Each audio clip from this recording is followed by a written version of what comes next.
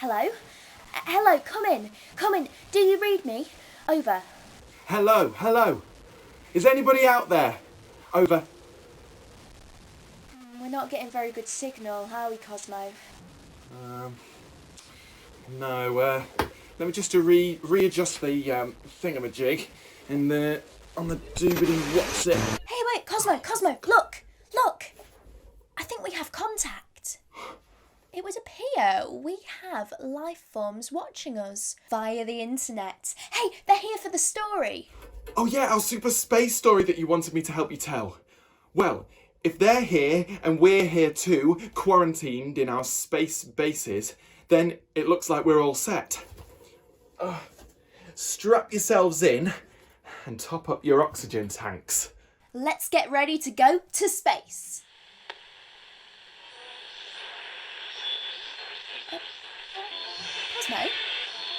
Cosmo, are we losing signal again? No, shh, Carrie. Don't worry, it's how the story starts. Sorry.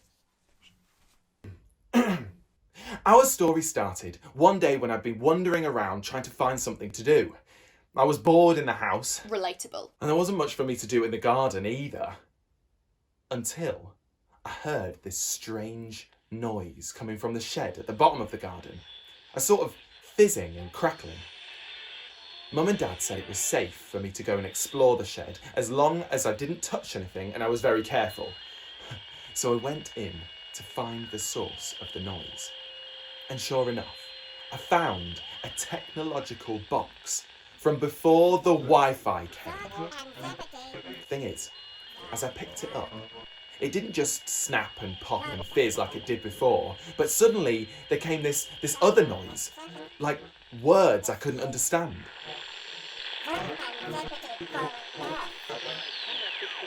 Now, we'd been doing about space at school and how scientists had beamed out lots of transmissions out into the cosmos via something called the Deep Space Network. And this gave me an idea.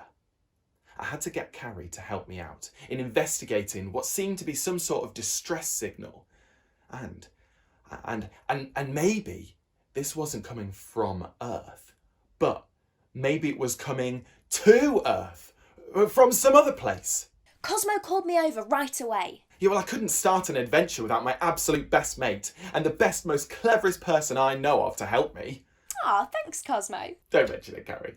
So I went over as quickly as I could to double check on what Cosmo thought he was hearing. And sure enough, when I heard it, it could only have been coming from one place. Outer space. Outer space!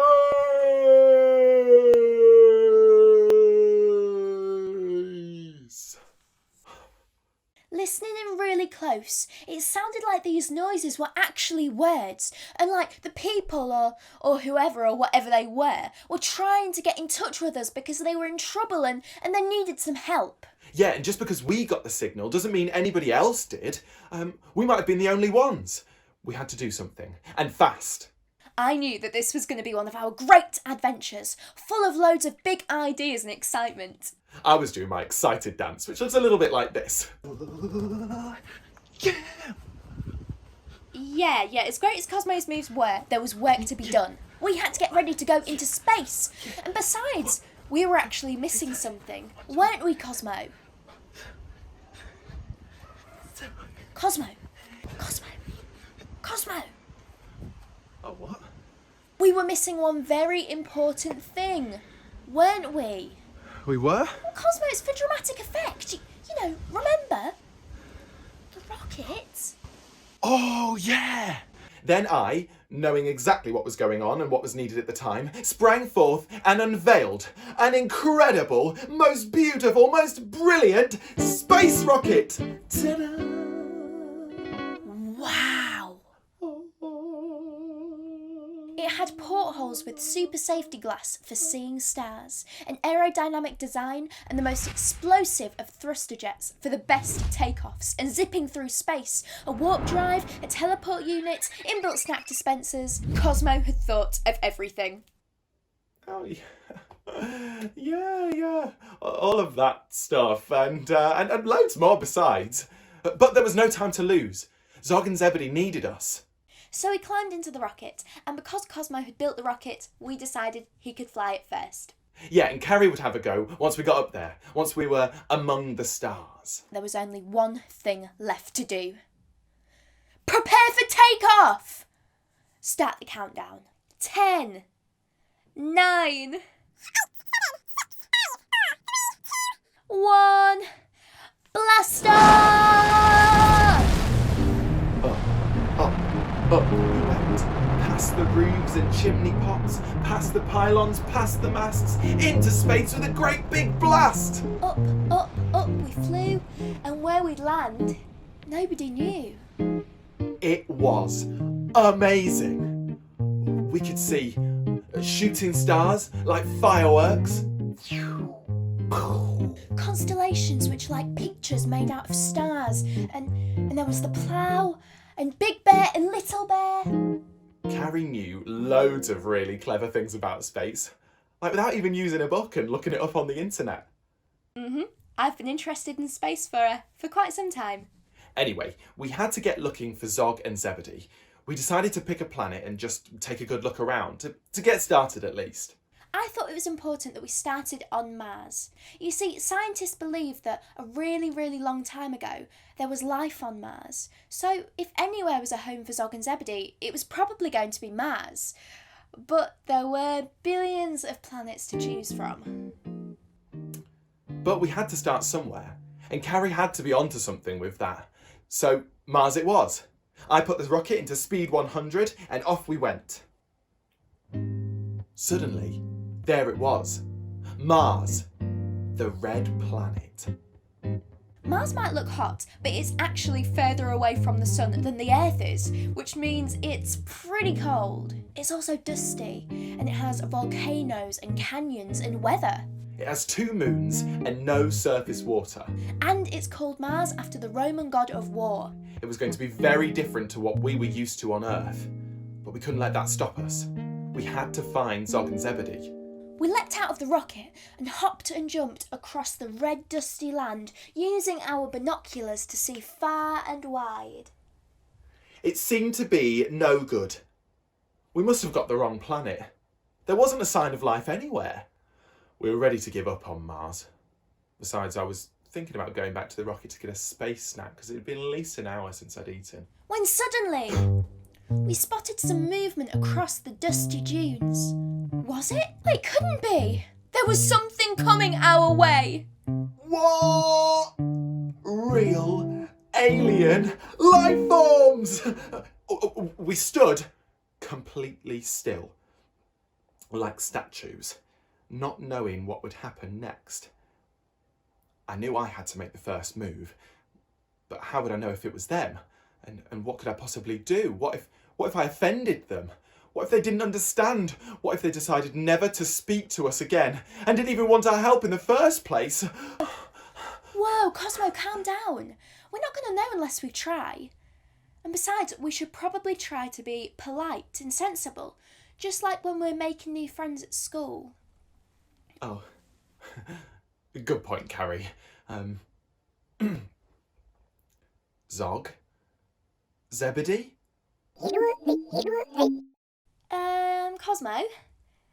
Cosmo, can you speak Martian? Turns out I kind of could. I think they're asking to come with us because they can't live here on Mars anymore. It's too cold and there's no food. Let me ask them. Hey, Martian friends. I think you guys might be Zog and Zebedee, and that maybe you sent me. I'm Cosmo, by the way. I think maybe you sent me a message asking for help. Is that true?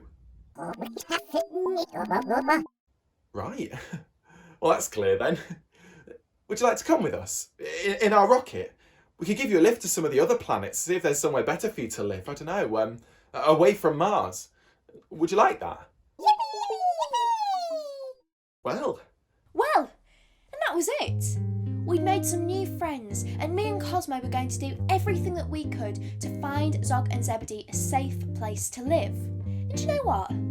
I think Mars might have been the perfect home for Zog and Zebedee a long time ago, a bit like how Earth is the perfect place for us. It just makes me think, I hope that Earth doesn't become like Mars in the future. Don't worry, Carrie. It won't. We'll make sure of that. Yeah, you're right, Cosmo. With us all safely stowed in the rocket, we were ready to go and explore the solar system. And this time, I was driving.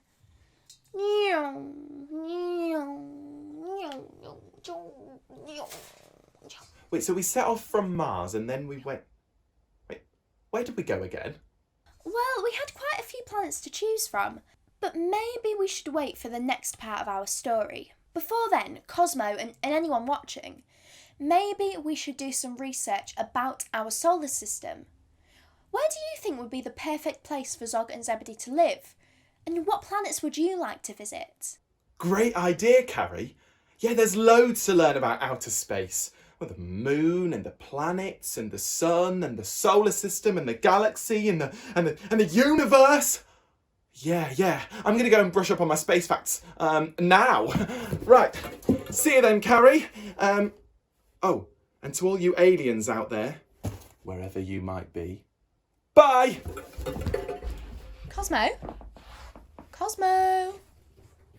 Hello? Okay, well, I think Cosmo's gone. I'll wrap this up then. Tune into our transmission tomorrow to find out all about the next part of our adventure. And maybe in the meantime, you could go on an adventure of your own. We will see you very, very soon. Astronaut Carrie signing off.